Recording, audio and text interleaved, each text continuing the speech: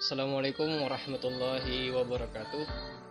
Perkenalkan, nama saya Sudirman S. dari jurusan Ilmu Peternakan Fakultas Sains dan Teknologi Universitas Islam Negeri Alauddin Makassar. Nah, pada video kali ini saya akan menjelaskan tentang mata kuliah studi kelayakan usaha peternakan, yaitu cash flow. Nah, cash flow merupakan sejumlah uang kas yang keluar dan yang masuk sebagai akibat dari aktivitas perusahaan. Dengan kata lain, adalah aliran kas yang terdiri dari aliran masuk dalam perusahaan dan aliran kas keluar perusahaan serta berapa saldo setiap periode. Nah, hal utama yang perlu selalu diperhatikan yang mendasari dalam mengatur arus kas adalah memahami dengan jelas fungsi dana uang yang kita miliki atau investasikan.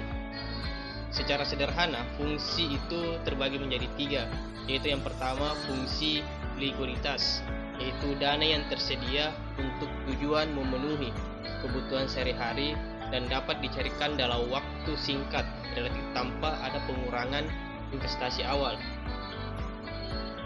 Kemudian fungsi anti-inflasi, dana yang disimpan guna menghindari resiko penurunan harga pada daya pembeli pada masa yang dapat dicairkan dengan relatif cepat.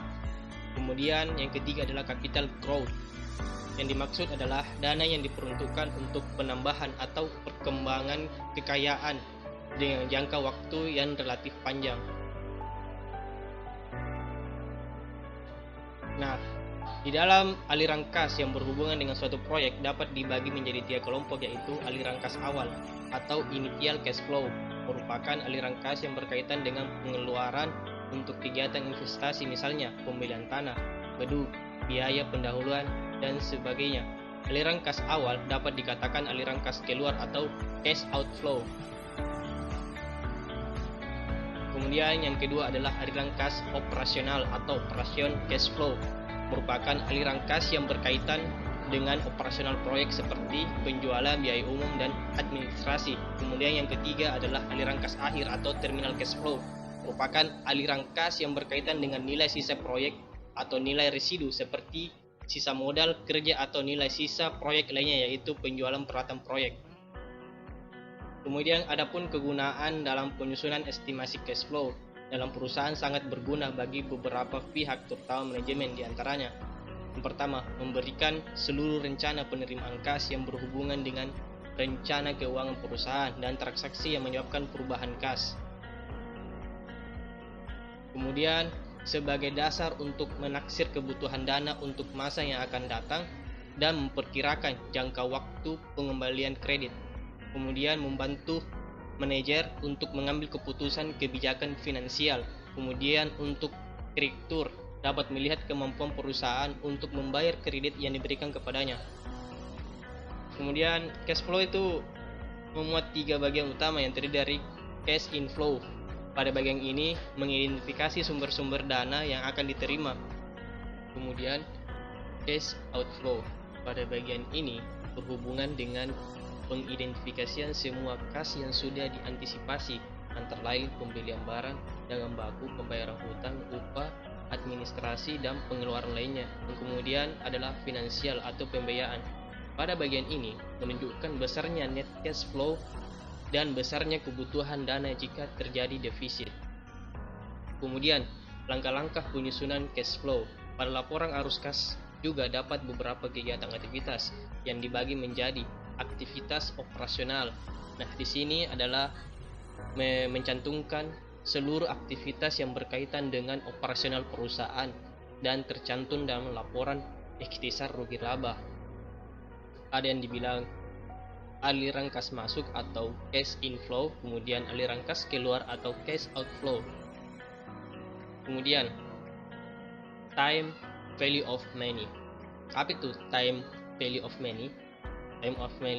Time value of money itu dalam bahasa Indonesia disebut juga nilai waktu uang, adalah merupakan sesuatu konsep yang menyatakan bahwa nilai uang sekarang akan lebih berharga daripada nilai yang akan datang, atau sesuatu konsep yang mengacu pada perbedaan nilai uang yang disebabkan karena perbedaan waktu. Nah, dalam perhitungan baik nilai sekarang maupun nilai yang akan datang, maka kita harus mengikut panjangkan waktu dan tingkat pengembaliannya. Konsep time value of money sangat penting dalam masalah keuangan, baik untuk perusahaan, lembaga maupun individu. Dalam perhitungan uang, nilai 1000 yang diterima saat ini akan lebih bernilai jika lebih tinggi dibandingkan dengan nilai 1000 yang akan diterima di masa yang akan datang.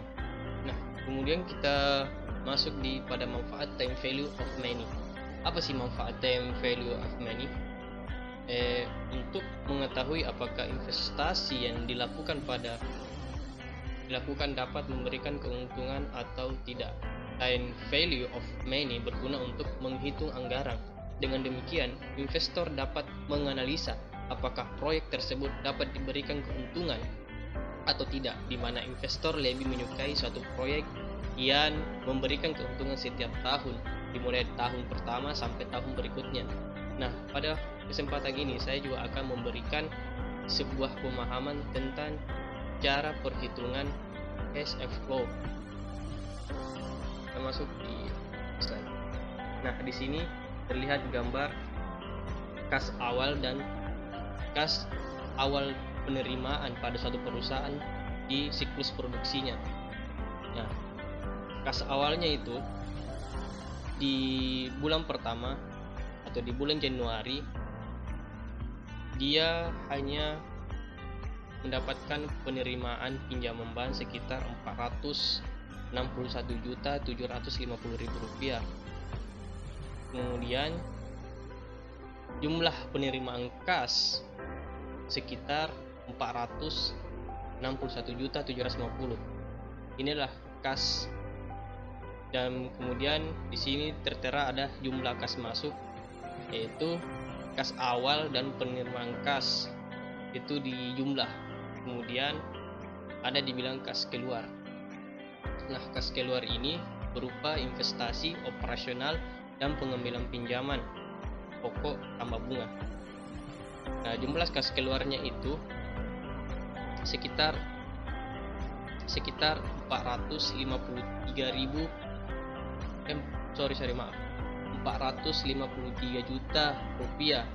Nah, jumlah kas keluar ini kita dapat peroleh dari penjumlahan B14 tambah B15 dikurang B16. Kemudian jika ingin mendapatkan atau mengetahui net cash flow atau proses atau kas akhir, itu kita bisa dapat menjumlahkannya dari rumus kas awal ditambah kas masuk dikurang kas keluar, maka diperolehlah Rp145.750.000.